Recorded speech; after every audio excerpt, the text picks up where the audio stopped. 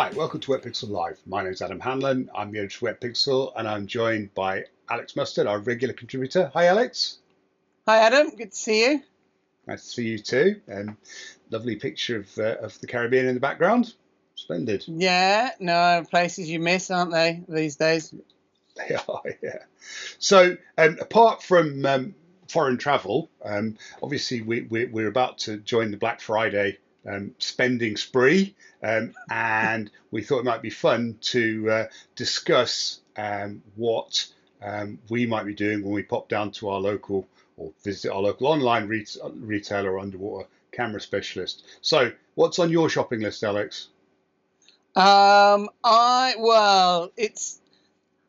always what's on the public shopping list. That I don't want my wife to watch this, so yeah, I've got to be a little bit careful. But actually, for me, it's often about the smaller accessories that I actually use. I've said before that I do consider clamps for strobe arms as a disposable item, and they're definitely something that I like to have relatively new ones of. So every few hundred diodes, I do like upgrading those. So they're always on my shopping list. So anytime there's a chance to buy clamps for on the cheap, I'll always buy a set of 6 or a set of 12 to cover my two housings. They're a really valuable thing, and they really transform how easy your strobe arms to use, and therefore by default how good your lighting is, because the more you're willing to move things around to get it exactly right, the better your lighting is. And I think when it's hard to move, you tend to become lazier, whereas when it's a pleasure to use, so it's actually, for me, some of the best money you can spend is a couple of $100 on really getting those up to date. So that's always on my shopping list. Other things I have actually bought recently is I have actually bought another lens caddy for the ENWL1, although it's actually come with the wrong size ring on it. So I need to get the correct size ring so it actually fits on the strobe arms that I use with the ENWL1. But when we talked about the half-term report on this, this was one of the things that I needed, and I thought I'd buy one of those. And then also related to doing Wetpixel Live is I bought myself a new carry handle for my housing from Custom Cords, because I really like the one I've got, and I've only got one. And this year, particularly diving in the UK more, I've actually been diving a lot more with two housings. So I thought I should get at least, a custom cord for both of them. So yeah, I've got nice carry cords for both of those now. So that's what I have actually been buying. How about you, Adam? I'll throw it back to you. What do you need? I've got millions of cameras. Because I have a pile of stuff behind me, which is great.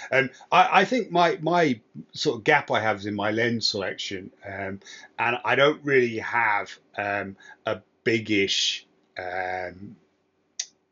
macro lens. So by that I mean I have a 105. Which is big enough for most things, but I would quite like a 150, so possibly the 150 Sigma, or something like that, something with a bit more reach for fish portraits, for example. So it's one of those things I've always quite liked the idea of having and never got around to buying. So I'm going to keep an eye out for those on the second-hand market, perhaps. With the 160, be aware that Sigma have made several versions of it.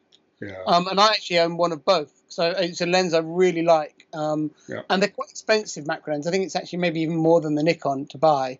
And it's heavy as well for travel. But the newer version with the image stabilizing is the better one to get. I don't think there's that big a change optically, but the image stabilization is worth having.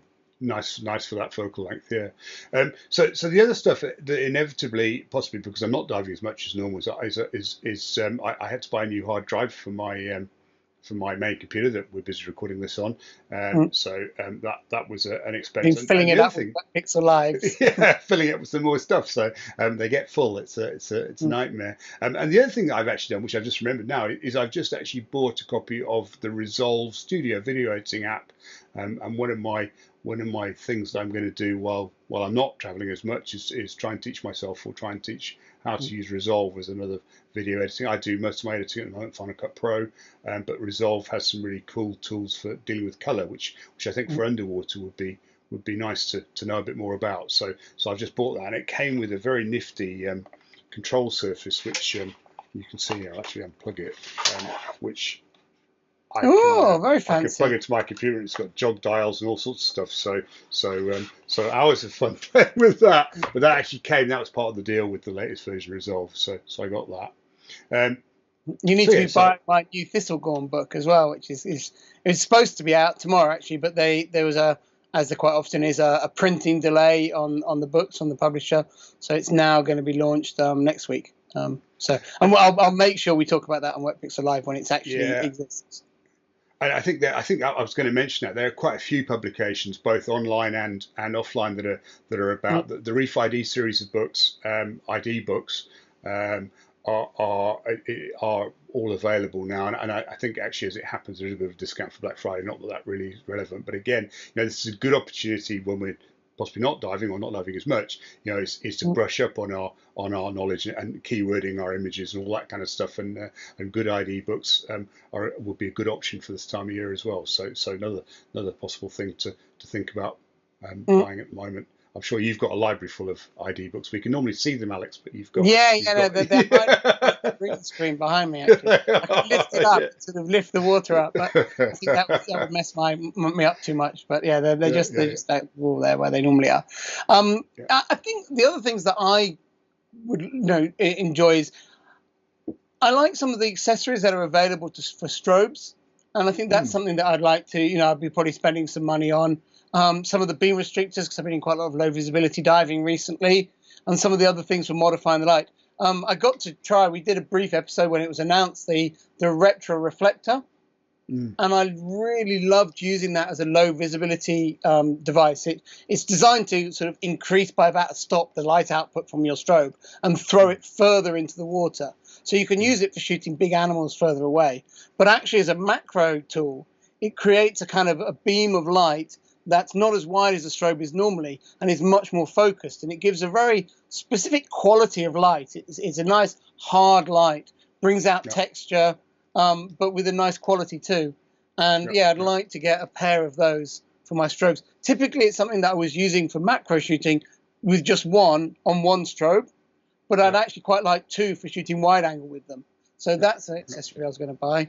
And you've reminded me actually, because I hadn't mentioned it before, but the CCAM have had a snoot system for their strobes for quite a long time, and they've just adapted it so that it can work with the bayonet mount on the C-Flash 160 on the new. And they've just released a series of different tips for the end of it with a very nifty kind of holder that fits onto your strobe arms. And certainly that'd be something I'd like to have a go at. I'd like to try that. Yeah, that sounds nice. It's a nice, neat, compact system. And now you've got a variety of different orifices basically, which will allow different sizes and different patterns to be projected by the snoot. So I thought, it looked like a really nice solution. So I think the other thing I'd like to try is I like it was Kraken's lens. We talked about it in the Dema Buzz, and I've not tried either that or the Nauticam sort of wide angle lens that's designed to work with a 60mm macro. You keep it in your pocket and whip it out. And I'd macro to wide, it's called, yeah. I'd like to see which one of those is smaller, because I'd actually like it to be really small. And I'd like to get one of those. I think that would probably be my next big purchase, particularly if I've got a muck diving trip or blackwater trip coming up. But I'd like to have it early enough for blackwater that I can get some buoyancy on it. Because I think what you don't want for blackwater is it to become then a really heavy accessory. So I'd rather bulk it up a little bit, with some foam, so that it was nice and neutral for shooting in blackwater. I've got the Nauticam version, and it's a really nice tool for close focus wide angle as well, because of the length of it. It's really easy to get the strobes in alongside it. So I think I'm sure the Kraken one would be the same in terms of what I saw of Dema last year. It's a similar configuration. So it's an interesting tool for those sorts of close focus wide angle shots as well. That I think it will definitely allow you to light them in a way that you wouldn't be able to light with a small dome, for example. Which is an interesting development. And I definitely want to get a better system for carrying all this junk underwater.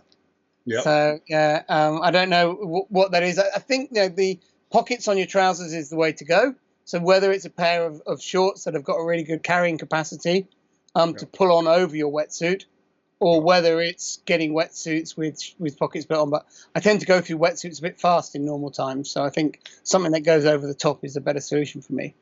Yeah, I've actually bought wetsuits with pockets on. There's a company in the States that makes them.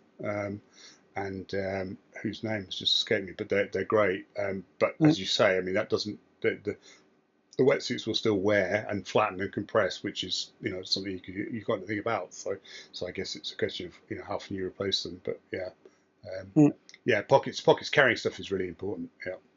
I find I tend to go through wetsuits quite fast because in normal times I'm doing a lot of warm water diving, whereas you're doing a lot of cold water diving, so your wetsuits don't get as much of a repeated battering that mine get.